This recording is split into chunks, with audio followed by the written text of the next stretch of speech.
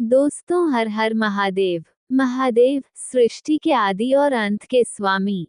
महादेव, जिन्हें भगवान शिव के नाम से भी जाना जाता है, सृष्टि के आदि और अंत के स्वामी माने जाते हैं। वह संहारक, सृजनकर्ता और पालनकर्ता की भूमिका में समाहित त्रिमूर्ति ब्रह्मा, विष्णु और महेश के एक महत्वपूर्ण स्तंभ हैं। शिव न केवल संहार के देवता हैं, बल्कि ध्यान, योग, त्याग और भक्ति के परम प्रतीक भी हैं। उनका व्यक्तित्व विरोधाभासों से भरा हुआ है। वे जहाँ एक ओर शांत और ध्यानमग्न योगी हैं, वहीं तांडव करने वाले उग्र रूप के धारक भी हैं। इस कहानी में हम शिव के जीवन, उनके चरित्र, उनके प्रेम और उनके भक्तों के प्रति उनके करुणामय स्वभाव की कथा का विस्तार से वर्णन करेंगे। प्रथम अध्याय, शिव का जन्म और स्वरूप। शिव का जन्म कब और कैसे हुआ, इस पर विभिन्न ग्रंथों में अलग अलग विवरण मिलते हैं। शिव को स्वयंभू कहा गया है, अर्थात उनका न तो जन्म हुआ और न ही उनकी कोई मृत्यु होगी। वे शाश्वत हैं, सनातन हैं और अनादि हैं। पुराणों के अनुसार जब ब्रह्मांड का निर्माण हो रहा था, तब आदि शक्ति के दो रूप उत्पन्न हुए, एक शिव और दूसरा शक्ति। शिव का स्वरूप अनंत और असीम था। वे त्रिनेत्रधारी थे। उनके मस्तक पर चंद्रमा शोभित था, गले में सर्प लिपटा हुआ था और उनके शरीर पर भस्म लिपटी हुई थी। शिव के त्रिशूल में सृष्टि के तीनों गुण सत्व, रज और तम समाहित थे। डमरू की ध्वनि से ब्रह्मांड में नाद और स्पंदन की उत्पत्ति हुई। शिव का वास कैलाश पर्वत पर माना जाता है। वे योगी हैं, वैरागी हैं, परंतु संसार के प्रति उनकी उदासीनता के बावजूद वे भक्तों के प्रति अत्यंत कृपालु हैं।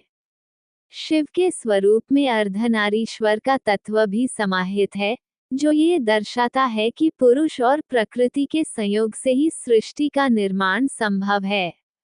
शिव का तीसरा नेत्र ज्ञान और विनाश का प्रतीक है। जब शिव क्रोधित होते हैं, तब उनका तीसरा नेत्र खुलता है और संहार की अग्नि प्रकट होती है। द्वितीय अध्याय, शिव और सती का प्रेम।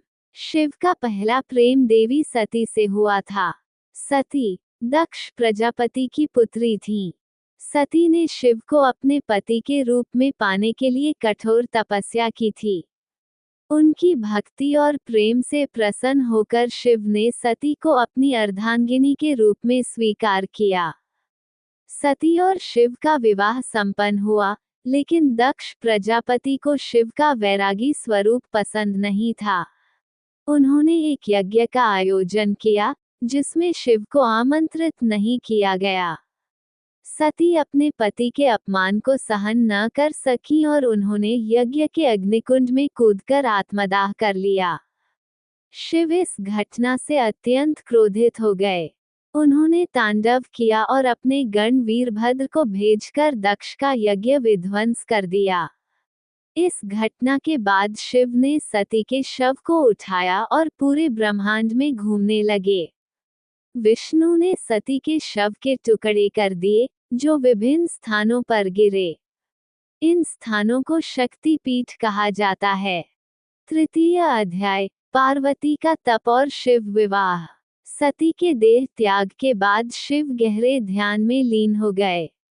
उधर सती ने हिमालय के राजा हिमावंत और रानी मेना के घर पार्वती के रूप में जन्म लिया। पार्वती ने शिव को अपने पति के रूप में प्राप्त करने के लिए कठोर तप किया। पार्वती के तप से प्रसन्न होकर शिव ने उन्हें दर्शन दिए और विवाह का प्रस्ताव स्वीकार किया।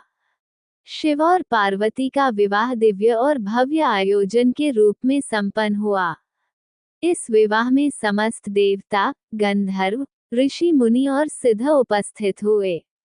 शिव और पार्वती के विवाह के बाद शिव का स्वरूप अधिक सौम्य और शांत हो गया।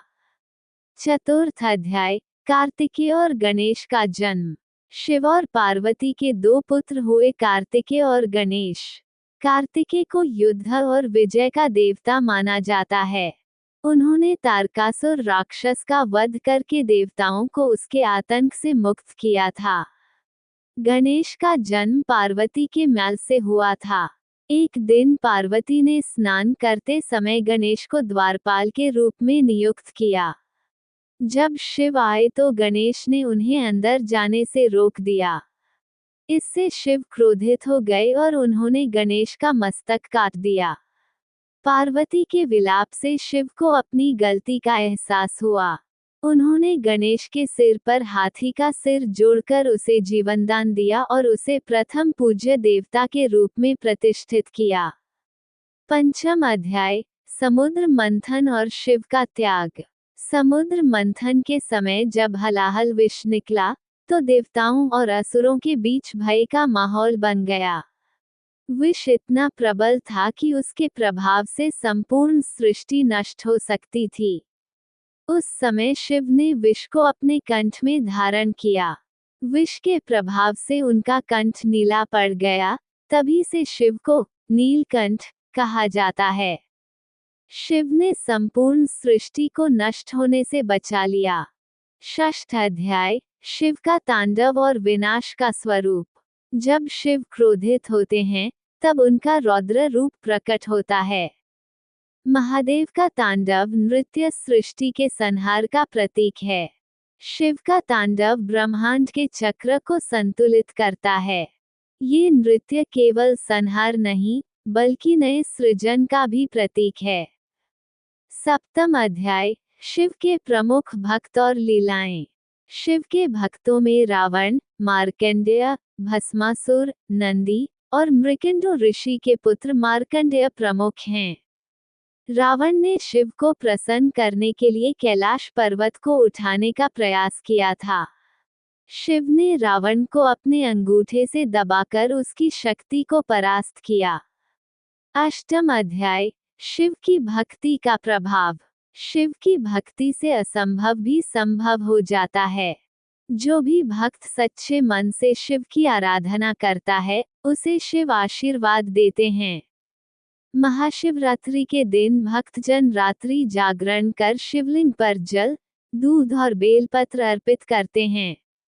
निष्कर्ष, महादेव की कथा केवल उनके रौद्र या शांत स्वरूप तक सीमित नहीं है। वे संहार के साथ साथ सृजन और पालन के भी प्रतीक हैं। शिव के चरित्र में जीवन के सभी पहलू समाहित हैं: प्रेम, त्याग, तपस्या, क्रोध और करुणा। शिव की भक्ति से भक्त को आत्मज्ञान, शांति और मोक्ष की प्राप्ति होती है। महादेव की कथा युगों युगों तक प्रेरणा देती रहेगी।